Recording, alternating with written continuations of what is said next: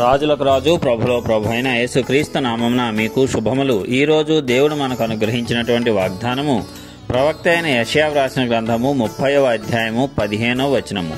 మీరు మరలి వచ్చి ఊరకుండుట వలన రక్షింపబడిదరు, మీరు ఊరకుండి నమ్ముకొనుట వలన మీకు బలము కలుగును. ప్రియులారా, ఈ వాక్య ధ్యానాన్ని మనం పరిశీలించినట్లయితే మీరు మరలి వచ్చి ఊరకుండుట వలన రక్షింపబడెదరు అనగా మనము ఏదైతే లోకంలోనికి వెళ్ళిపోయి దేవుణ్ణి విడిచిపెట్టి మన ఇష్టానుసారమైనటువంటి జీవితం జీవించటం ద్వారా కష్టాలు బాధలు కొని తెచ్చుకున్నామో, ఎప్పుడైతే వాటిని మనము జయించలేక కృంగిపోతూ ఎంతో దుఃఖిస్తూ అయ్యో నేను అనవసరంగా ఇలాగ చేయకుండా ఉండాల్సింది, వాక్యంలో ఇలాగ ఉన్నా సరే, నేను దాన్ని చదివి విన్నా సరే, ఎందుకు ఇలాగ బలహీనతలో పడిపోయి వాక్యానుసారం కాకుండా ఇష్టానుసారం లోకంలో పడిపోయాను అన్న రీతిగా బాధపడటము అనేది ఏదో ఒక సందర్భంలో మరి దేవుణ్ణి అంగీకరించిన ప్రతి ఒక్కరికి అనుభవమే.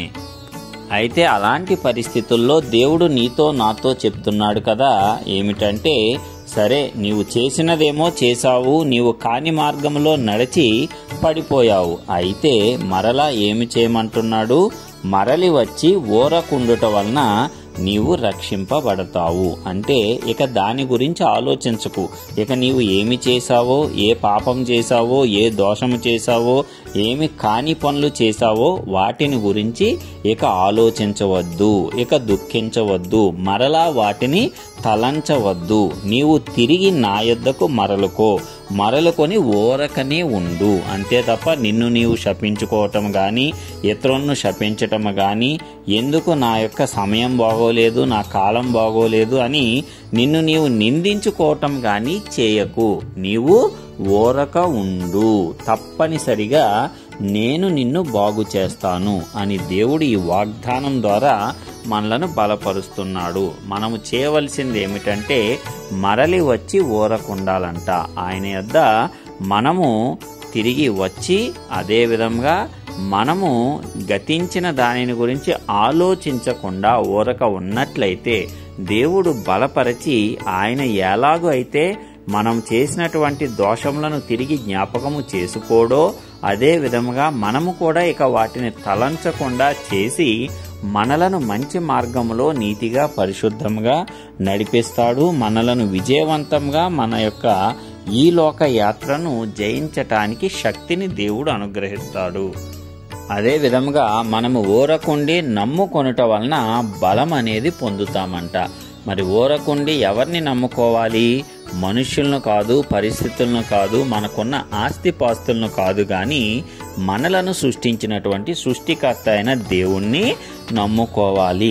ఆయన ఉన్నాడు కదా అనేటువంటి నమ్మకము నీలో పెరగాలి. ఆ విశ్వాసముతో నీవు నడుచుకోవాలి. అప్పుడు నీకు బలం అనేది కలుగుతుంది. అప్పటి వరకు నీవు ఎంత శక్తిహీనుడవైపోయినా, నీలో బలము తగ్గిపోయినా, నీ బలము వ్యర్థమైపోయినా సరే, దేవుణ్ణి గనక నీవు నమ్ముకున్నట్లయితే నూతనంగా బలాన్ని స్వతంత్రించుకుంటావు. అప్పటి వరకు లేని బలాన్ని కూడా దేవుడు నీకు అనుగ్రహిస్తాడు. ఏదైతే ఆ బలహీనతలు నిన్ను అధిగమించాయో వాటన్నిటి మీద దేవుడు నీకు ఆధిపత్యాన్ని ఇచ్చి అందరికంటే బలవంతునిగా నిన్ను నిలవబెడతాడు. ఎవరైతే నీవు బలహీనుడవు, నీకు చేత కాదు, నీ వల్ల ఏ పని కూడా నెరవేరదు అనేటువంటి అభిప్రాయంలో ఉండి నిన్ను తక్కువ చూపు చూస్తూ నిన్ను మాటలతో బలహీనపరిచారో వారందరి ముందు బలముగా దేవుడు నిన్ను లేవనెత్తుతాడు.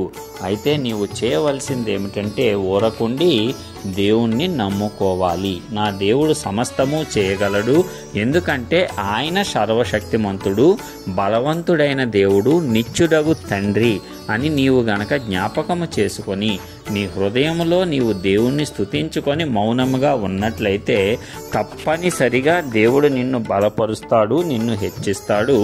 దాని ద్వారా నిన్ను నిందించిన వారందరూ కూడా సిగ్గునొంది అవమానం నొందుతారు. మరి ఈ రీతిగా నీకు ఘనత నీ దేవుని ద్వారా వస్తుంది. కాబట్టి ప్రియులారా, మరి ఈ వాగ్దానం ద్వారా బలము తెచ్చుకొని ఒకవేళ దేవుని యొద్ద నుంచి తొలగిపోయినట్లయితే తిరిగి దేవుని యొద్దకు మరలుకొని ఊరకుండి మౌనముగా ఉండి ఆయన చేసే గొప్ప కార్యములు చూస్తూ ఆయన చేత మనము రక్షింపబడి మనము బలము పొందుకొని ఈ లోకంలో అన్నిటిలోనూ విజయవంతం అవటానికి పరిశుద్ధాత్మ దేవుడు మనకు కృపనివ్వాలని నజరేయుడైన యేసు నామమున ప్రార్థించుచున్నాను. ఆమేన్.